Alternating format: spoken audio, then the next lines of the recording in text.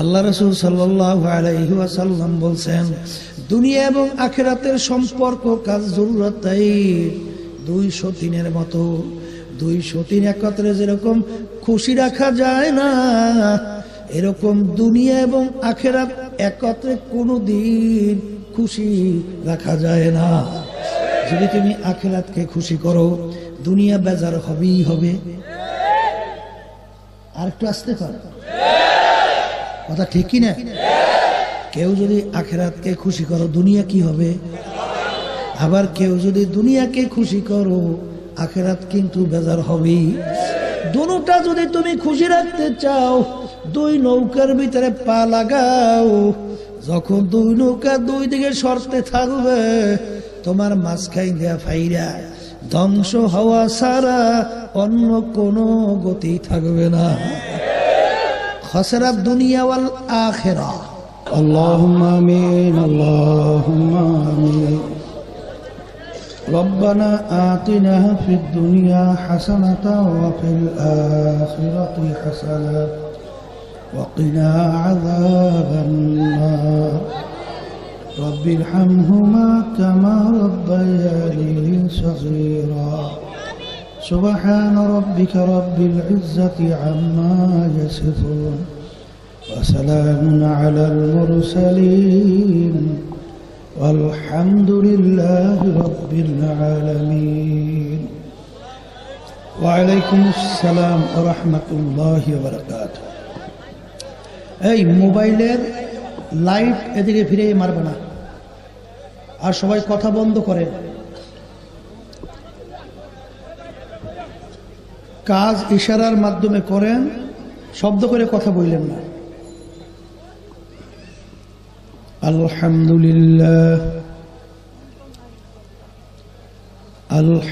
لله نحمده ونستعينه ونستغفره ونؤمن به ونتوكل عليه ونعوذ بالله من شرور أنفسنا من يهده الله فلا مضل له ومن يضلله فلا هادي له ونشهد أن لا إله إلا الله وحده لا شريك له ونشهد أن محمدا عبده ورسوله أما بعد فأعوذ بالله من الشيطان الرجيم بسم الله الرحمن الرحيم وما خلقت الجن والإنس إلا ليعبدون صدق الله العلي العظيم। সবাই দুরূদ শরীফ পড়ি। আল্লাহুম্মা সাল্লি আলা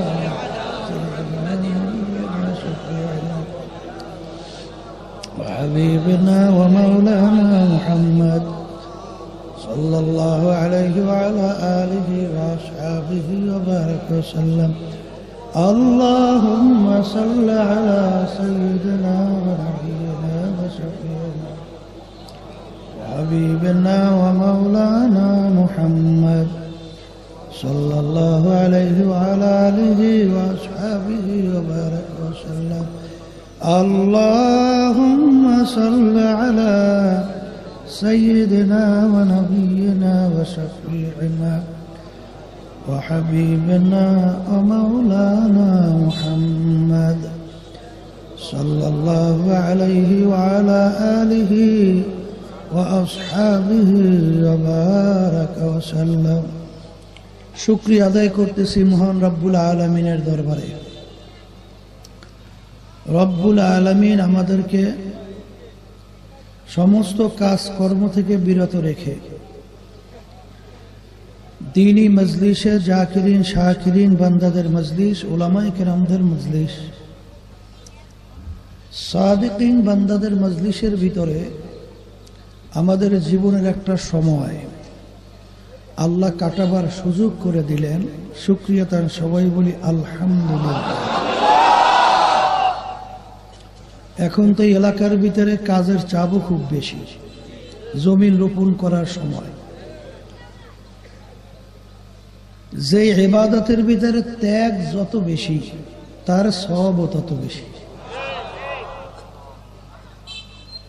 হাদিসের ভিতরে আসছে আল্লাহ রাসূল সাল্লাল্লাহু আলাইহি ওয়াসাল্লাম বলছেন, মুমিন বান্দাবান্দির কাটার একটা গুতা লাগলেও এর মাধ্যমে তার গুনাহ মাফ হয়ে যায়। এত কাজকর্মের ভিতরেও সব বাদ দিয়ে এখানে আসছেন। কিয়ামতের ময়দানে আল্লাহ রাব্বুল আলামিন বান্দা বান্দিকে মাফ করার জন্য ওসিলা তালাশ করবে। যারা এই মাহফিলে আসছেন নিয়াত যাদের সহি, আল্লাহকে রাজি খুশির উদ্দেশ্যে, আল্লাহ রাব্বুল আলামিন এই ওসিলায়ও মাফ করে জান্নাতের ব্যবস্থা করতে পারে। আমার আব্বাজান দাদাজান চরমনের জমিনের ভিতরে ঘুমায় আছে। আব্বাজান বলতেন,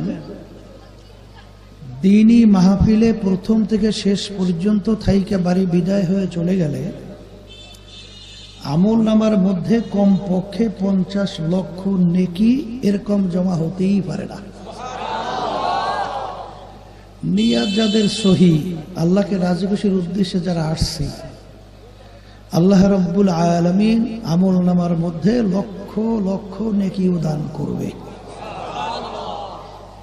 এই যে আলোচনাগুলো করলাম, এত নেকি পাওয়া যাবে, এই উপকার হয়েছে। মাহফিল আইসে আমরা ঠগি নেই, কথা ঠিক কি? এই আলোচনাগুলো বুঝবে কারা? বলেন যারা মানুষ। কারা বুঝবে? সুরাতে মানুষ, ভিতরটা পশুর চেয়েও খারাপ। এরা কিন্তু বুঝবে না এবং এই আলোচনার কোনো গুরুত্বও দিবে না, মজলিসের কোনো গুরুত্ব দিবে না। এখন অনেকে বলতে পারেন, হুজুর কেমন কথা বললেন যে মানুষ তারা বুঝবে, অমানুষ বুঝবে না। সূরা সিরাতে আকৃতিতে সবই তো আমরা মানুষ। তাহলে বোঝা গেল এই কথার মাধ্যমে মানুষের সূরাত আকৃতি হইলেই মানুষ হওয়া যায় না। মানুষের সূরাত আকৃতি হইলে মানুষ হওয়া যায় না। যদি হতোই, কবি এক কথায় বুঝাতে যেয়ে বলছিলেন, গর্বা সূরাত আদমে ইনসাবুদে, গর্বা সূরাত আদমে ইনসাবুদে, আহমাদু বুদ জেহলে হাম এক সাবুদে। আল্লাহ রাসূল সাল্লাল্লাহু আলাইহি ওয়াসাল্লামকে দেখতে, আবু জাহালকে দেখতে, হাতের দিক থেকে, পায়ের দিক থেকে, অঙ্গ কোনো প্রত্যঙ্গের দিক থেকে কোনো পার্থক্য আছে? আল্লাহ রাসূল সাল্লাল্লাহু আলাইহি ওয়াসাল্লামের হাত মোবারক কয়টা ছিল? দুইটা। আবু জাহাল ওর হাত ছিল কয়টা?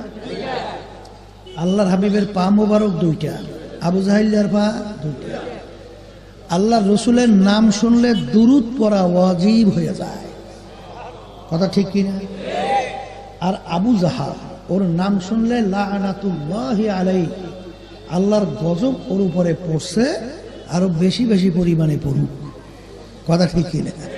তাহলে বোঝা গেল মানুষের সূরাত আকৃতি হইলে মানুষ হওয়া যায় না। আল্লাহ রাব্বুল আলামিন কিন্তু বলছেন কোরআনুল কারীমের মধ্যে, ওয়ালাকাদ কাররামনা বানি আদম, আমি যত মাখলুকাত সৃষ্টি করছি এর ভিতরে সর্বশ্রেষ্ঠ সম্মানিত করে আমি মানুষকে সৃষ্টি করছি। জোরে বলেন, কথা ঠিক কিনা? কাকে সৃষ্টি করছে আল্লাহ? সমস্ত মাখলুকাতের ভিতরে সবচেয়ে সম্মানিত কারা? বলেন আমরা মানুষ। ওই কোরআনুল কারীমের ভিতরে কিন্তু আল্লাহ রাব্বুল আলামিন বলছেন, উলাইকা কাল আনআমি বাল হুম আযাল, এমন কতগুলো মানুষ আছে যে মানুষগুলো চতুষ্পায় জানোয়ারের মতো। এরপরে আল্লাহ বলতেছেন মতো না, তার চেয়েও খারাপ।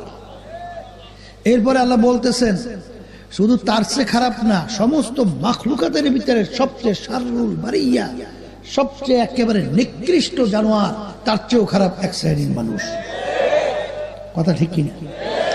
তাহলে যারা আবু জাহাল নিকৃষ্ট মার্কা মানুষ, এরা কিন্তু আমাদের আলোচনা বুঝবে না। কথা কি বুঝাতে পারলাম?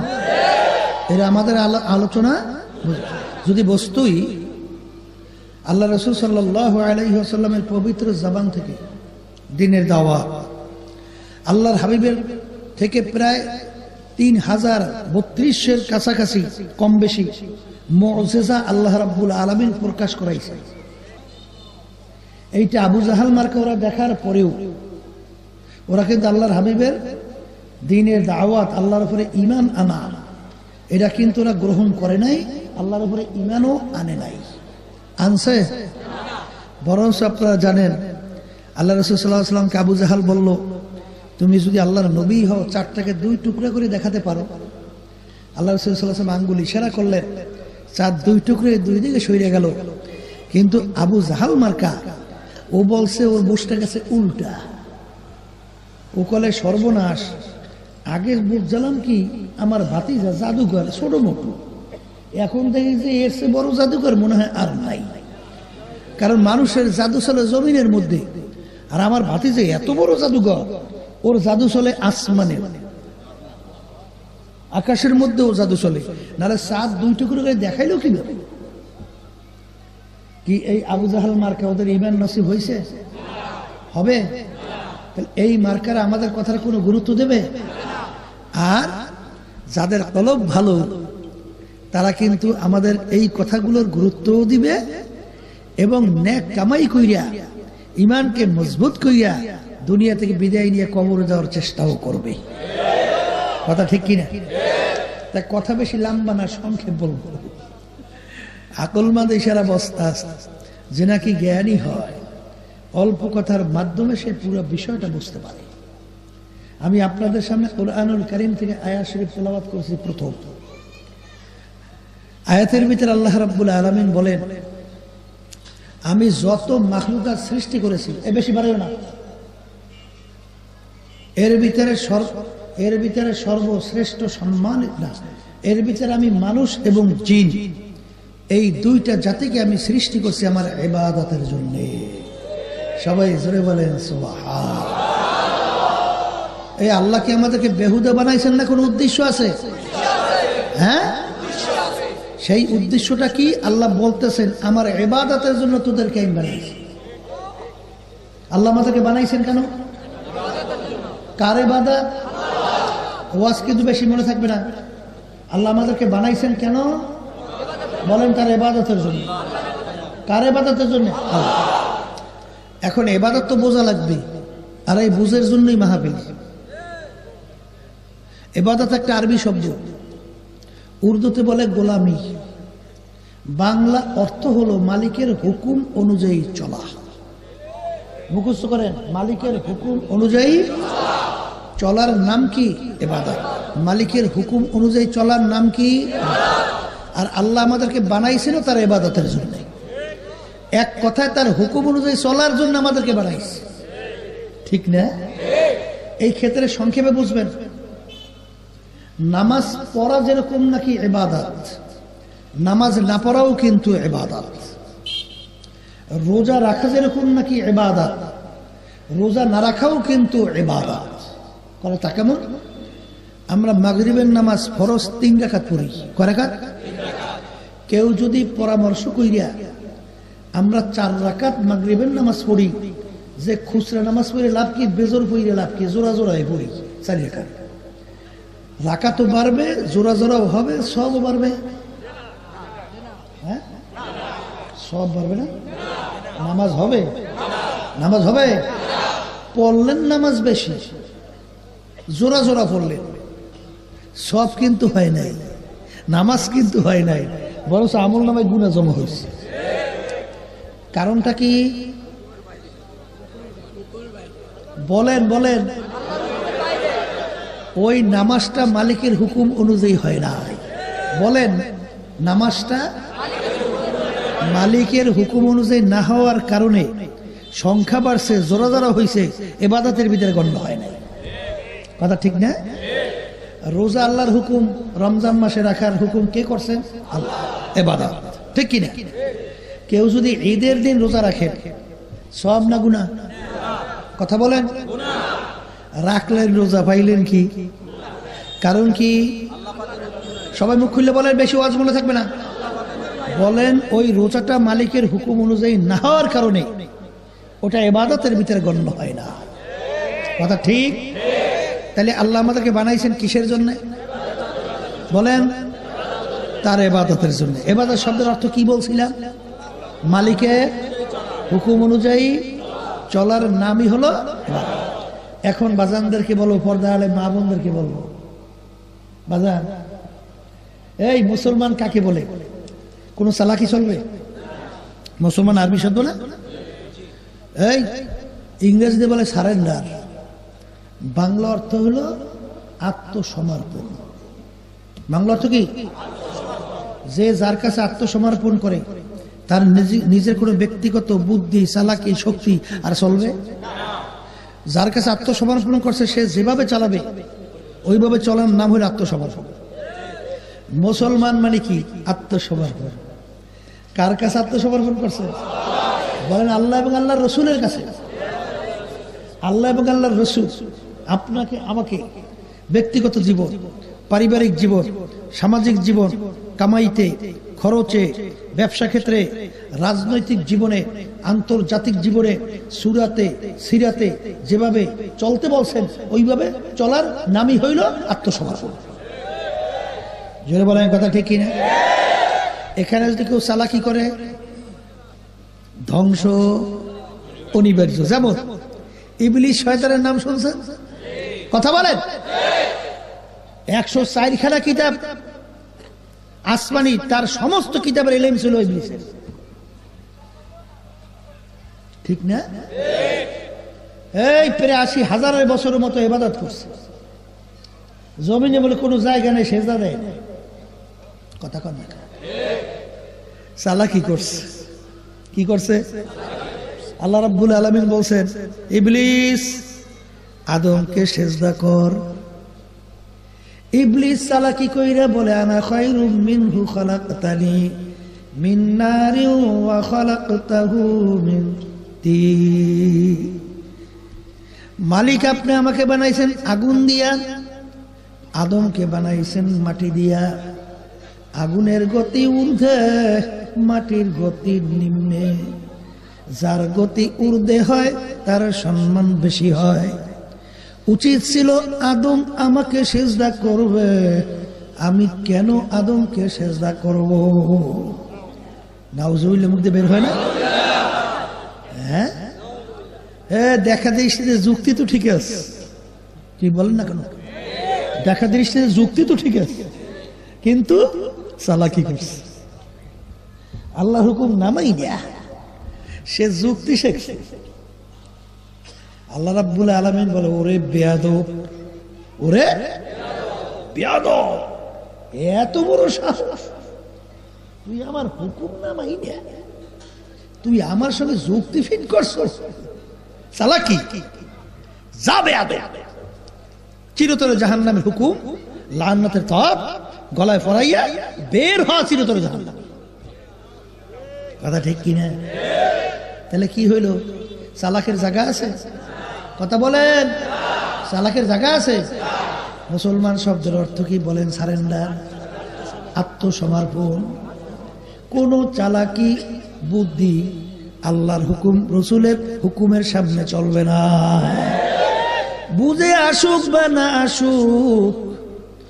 বাজান আলী রাদিয়াল্লাহু তাআলা আনহু বলছিলেন, আজমুদাম আকলে দুরান দিশেরা বাদা জিদে ওয়া নাসাজাম খেশেরা। আমি চিন্তা করিয়া দেখলাম, আমার বুদ্ধি অনুযায়ী যদি আমি চলি, আমার ধ্বংস অনিবার্য। এই জন্য আমার বুদ্ধি জ্ঞান সব আল্লাহ এবং আল্লাহর রসুলের হাতে সুপর্দ কইরা আমি এখন আল্লাহ এবং আল্লাহর রসুলের পাগল হইয়া গেলাম। আল্লাহ এবং আল্লাহ রসুল যেটাকে ভালো বলে আমি সেটাকে ভালো বলি, যেটাকে খারাপ বলে আমি সেটাকে খারাপ বলি, বুঝে আসুক বা না আসুক। কথা বুঝাইতে পারলাম? আলহামদুলিল্লাহ। কথা ঠিক কিনা? তাহলে মুসলমান শব্দের অর্থ আত্মসমর্পণ। বুদ্ধি চালাকি চলবে? মালিক আমাদেরকে বানাইছেন তার ইবাদতের জন্য। ইবাদত শব্দের অর্থ বলছিলাম মালিকের হুকুম অনুযায়ী চলা, ঠিক কিনা? মালিকের হুকুম ব্যক্তিগত জীবনে আছে? বোঝেন নাই কথা। মালিকের হুকুম ব্যক্তিগত জীবনে নাই? জোরে বলেন আছে। পারিবারিক জীবনে, সামাজিক, কামাইতে খরচে, ব্যবসায়, রাজনৈতিক ক্ষেত্রে নাই? এখানেও আছে। এইটা যখন আলোচনা করে এক শ্রেণীর বের হয়েছে, হুজুরের আমরা রাজনীতি করে কেন? হুজুরের রাজনীতি করে না, হুজুররা ইবাদত করে, মালিকের হুকুম পালন করে, ঠিক কি না? বলে তা কেমন? মালিক বলছেন ওমাল্লাম ইয়াহকুম বিমা আনজালাল্লাহ ফাউলাইকা হুমুল কাফিরুন ফাউলাইকা হুমুজ জালিমুন ফাউলাইকা হুমুল ফাসিকুন। আমার আল্লাহ বলতেছেন যারা আমার নীতি আদর্শ অনুযায়ী এই রাষ্ট্র পরিচালনা করবে না, ওরা কাফের। আমি বলছি? কোন মুফতি মুহাদ্দিস? আল্লাহ বলছেন, শুনাইতেছি। ওরা জালেম, ওরা ফাসিক। কথা কয় না?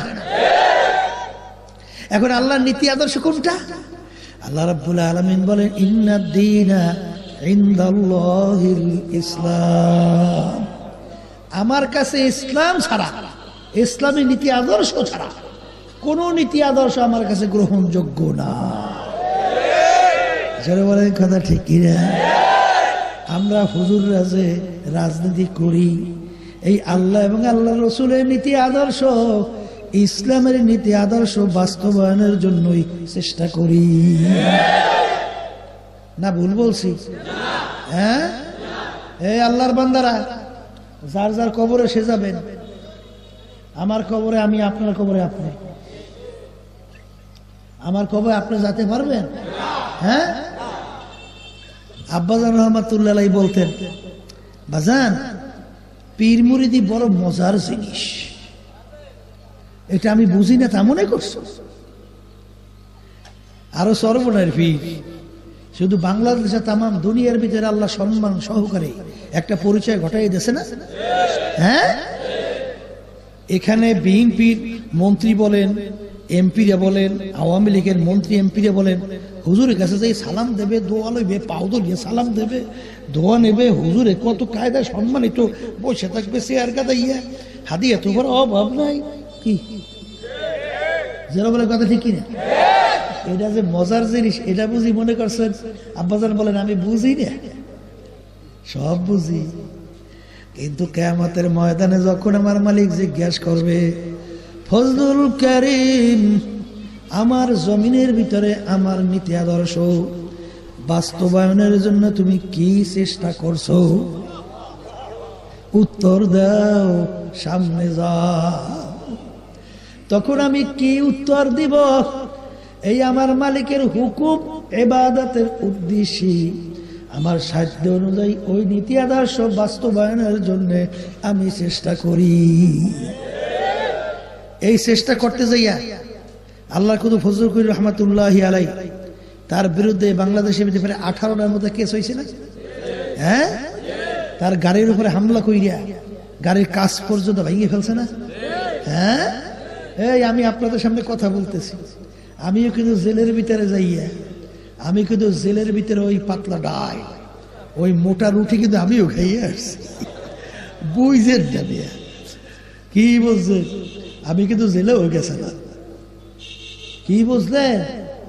হ্যাঁ, যে পীর মুরিদি মজার জিনিস, এই পথে হাঁটবে কেন? কলে মালিক যখন জিজ্ঞাসা করবে কি নীতি আদর্শ বাস্তবায়ন করছো, ওয়াজতানিবুত তাগুত, আল্লাহ রাব্বুল আলামিন বলছেন তোমরা তাগুত থেকে পরহেজ করো বা ইচ্ছা থেকে অস্বীকার করো। তাগুত কোনটা? মানব রচিত তন্ত্র মন্ত্র এর নামই হলো তাগুত। কথা ঠিক কিনা? আমার বাজানদেরকে বলবো, বাজান, ছাত্র 10 সাবজেক্টে পরীক্ষা দেয়, 9 সাবজেক্টে 99.99 নম্বর পায়, 1 সাবজেক্টে ফেল করছে। ছাত্র পাস না ফেল? ভালো করে বুঝছেন, কিন্তু 10 সাবজেক্টে পরীক্ষা, 9 সাবজেক্টে 99.99 নম্বর, 1 সাবজেক্টে ফেল করার কারণে ছাত্র কিন্তু ফেল। আর গড়ে যদি 10 সাবজেক্টে 33 করে নম্বর পান, ছাত্র কিন্তু পাস। কথা ঠিক কি না? আপনি নামাজ পড়েন, আল্লাহর হুকুম পালন করেন, কথা কন, পর্দা করেন, আল্লাহর হুকুম পালন করেন, এই তাহাজ্জুদের নামাজ পড়েন, আল্লাহর হুকুম পালন করেন, হারাম হালাম থেকে বাইসে চলেন, আল্লাহর হুকুম পালন করেন। কথা ঠিক না? আর রাজনীতির ব্যাপারে তখন আপনার নেতা নেত্রী দুনিয়ামুখী, প্রচলিত গণতন্ত্র কুফরি এবং প্রচলিত বর্তমান সরকারের ধর্মনিরপেক্ষতাবাদ এইটা বাস্তবায়নের জন্য চেষ্টা করে, এই জায়গায় আপনি ফেল। ঠিক না ভাই? ঠিক। সবাই অনেকটা রাগ হয়েছেন না? রাগ হয়েছেন না? আর একটু বেশি বেশি রাগ, কম রাগ হইলে হয়। কারণ হুজুর আমাদের বিরুদ্ধে বলেন কেন? আপনাদের বিরুদ্ধে বলি? হ্যাঁ, আল্লাহ এবং আল্লাহ রসুলের কথা বলি। কার বিরুদ্ধে গেছে, কার পক্ষে গেছে, ওটা তো বিষয় না। জোরে বলেন, কথা ঠিক না ভাই? ঠিক। মালিক আমাদেরকে বানাইলেন তার ইবাদতের জন্য। ইবাদত শব্দের অর্থ মালিকের হুকুম অনুযায়ী চলা। ব্যক্তিগত জীবন, পারিবারিক জীবন, সামাজিক জীবন, অর্থনৈতিক রাজনৈতিক জীবন, সুরাত সিরাত আন্তর্জাতিক জীবন, মালিকের হুকুম অনুযায়ী যদি চালাতে পারো, তুমি আল্লাহ রাব্বুল আলামিনের দরবারে গোলাম বান্দি হিসেবে পরিচয় লাভ করবা। আর মালিকের দরবারে যখন গোলাম বান্দি হিসেবে উঠবা, মালিক ডাক দিয়া বলবেন, আয় আয় আয় আয়, তোদেরকে আর ঘুরাবো না, তোদের জন্য আমি এত সুন্দর মেহমানখানা তৈরি করলাম, যেই মেহমানখানা কোনোদিন কেউ দেখে নাই, কোনোদিন কানেও শোনে নাই, কেউ কোনোদিন পরিকল্পনাও করতে পারে নাই। আয় আয়, এখন স্বচক্ষে দেখবি, উপভোগ করবি। আল্লাহ আপনি আমাদের সবার জন্য কবুল করেন। আর বাজান, যারা নাকি কিছু মানছো কিছু মানো নাই, দু কিস্তি পর পারা দে না চেরা যায়। বাজান, দুনিয়াও খুশি করবা, আখিরাত খুশি করবা। অর্থাৎ আল্লাহকেও নামাজের ভিতরে যাইয়া সেজদায় পইরা আমার মাওলাকে খুশি করে। ওদিকে সমাজের ভিতরে রাস্তায় নাইমা নেতা নেত্রীর পিছনে স্লোগান দেয়, তাদের পক্ষ অবলম্বন কইরা তাদেরকেও খুশি করো। আল্লাহ রাসূল সাল্লাল্লাহু আলাইহি ওয়াসাল্লাম বলছেন, দুনিয়া এবং আখিরাতের সম্পর্ক কাজ জরুরতাই 2 সতীনের মতো। 2 সতীন একত্রে যেরকম খুশি রাখা যায় না, এরকম দুনিয়া এবং আখিরাত একত্রে কোনোদিন খুশি রাখা যায় না। যদি তুমি আখিরাতকে খুশি করো, দুনিয়া বেজার হবেই হবে। আর একটু আসতে পারো, কথা ঠিক কি না? কেউ যদি আখিরাতকে খুশি করো, দুনিয়া কি হবে? আবার কেউ যদি দুনিয়াকে খুশি করো, আখিরাত কিন্তু বেজার হবেই।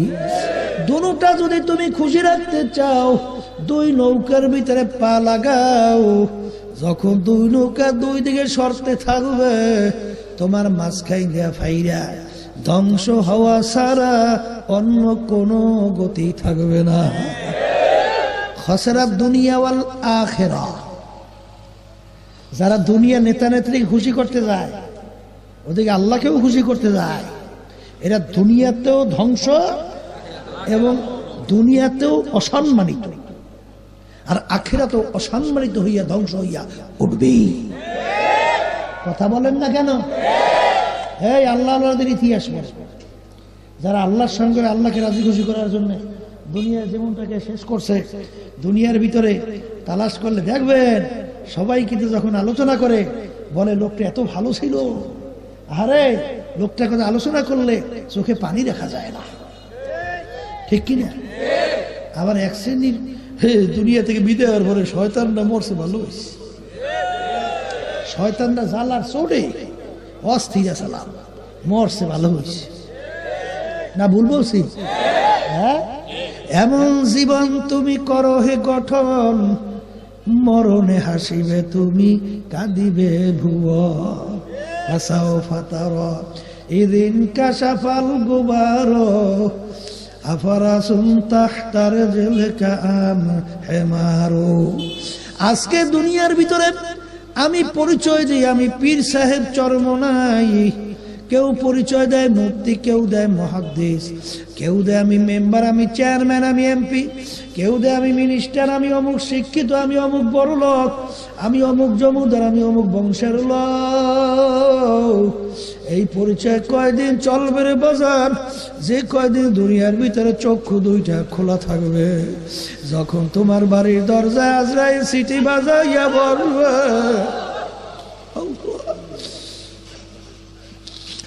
যেদিন চিরতরে তোমার চক্ষু বন্ধ হবে বাজান রে, যেদিন সাদা কাপড় দিয়া তোমাকে পেঁচ দিয়া ফেলাইয়া রাখবে, এখন দুনিয়ার দিকে তাকাইয়া দেখো, রূহ তন সে উড় গই, মুর্দা কি হালত ক্যা হুই।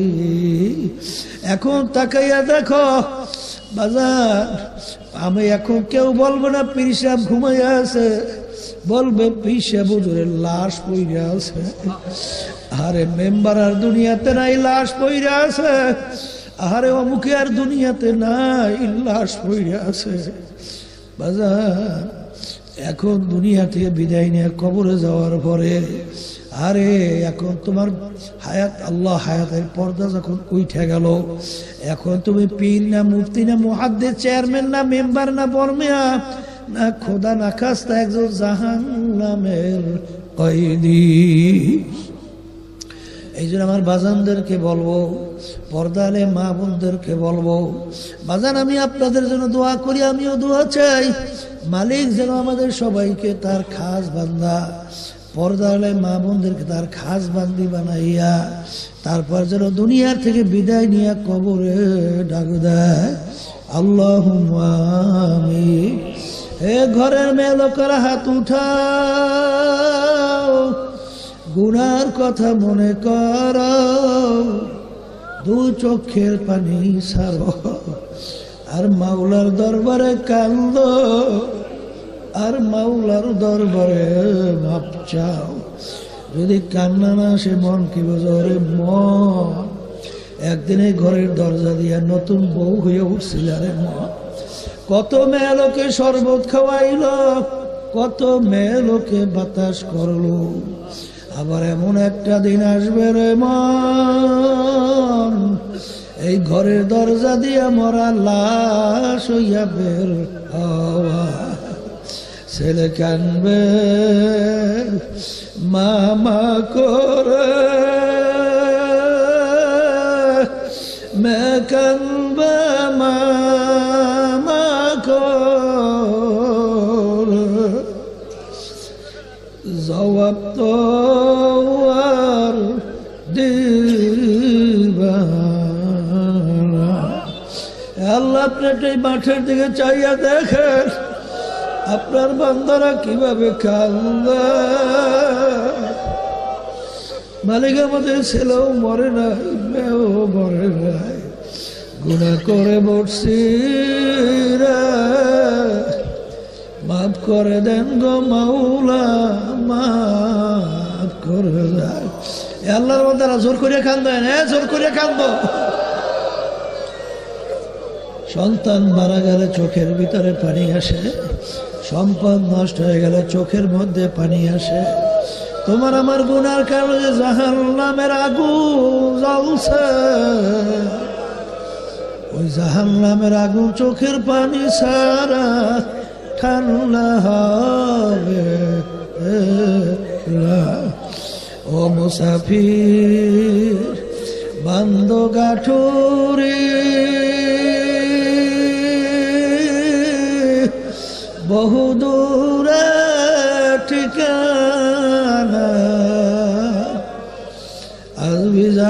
কাল ভিজানা কবর আখের ঠিকানা। আল্লাহ যাদের উসরায় মাহফিল হইল, চেষ্টাকারী সাহায্য করলো, আমরা তারা মাহফিলে উপস্থিত হয়ে গেলাম, আমাদের সবার উপরে খাস মেহেরবানি নাযিল করেন আল্লাহ। আল্লাহ আমরা হাত তুলছি, আমাদের আম্মা আব্বা আত্মীয় স্বজন যারা কবরে শুয়ে রয়েছে, আমার মুজাহিদ বেরা মা বোনেরা, আমাদের হুসাইন শাহ হুজুর সহ আল্লাহ, আল্লাহ তাদের কবরকে বেহেশতের বাগান বানায় দিয়ে আল্লাহ আমাদের অসুস্থ সবাইকে সুস্থ করে দিয়ে আল্লাহ আমার ছেলেদেরকে মেয়েদেরকে স্ত্রী আত্মীয় আমাদের সকলের ছেলেদের মেয়েদেরকে আল্লাহ সবাইকে দিন দেয় এসে হক্কানি আলেম আলেমা হাফিজ হিসেবে কবুল করে না। সুবহান রাব্বিকা রাব্বিল ইজ্জাতি আম্মা ইয়াসিফুন ওয়া সালামুন আলাল মুরসালিন আলহামদুলিল্লাহি রাব্বিল আলামিন। কেউ উঠেন না, বসেন। এই একজন আরেকজনের গায়ের সঙ্গে হাত লাগাইয়া তওবা করেন, একটা রুমাল বা ফাঁকি দেন, ধরেন বসেন। একজন আরেকজনের গায়ের সঙ্গে হাত লাগান, হাত লাগাই তওবা করেন, কারণ এখানে অনেক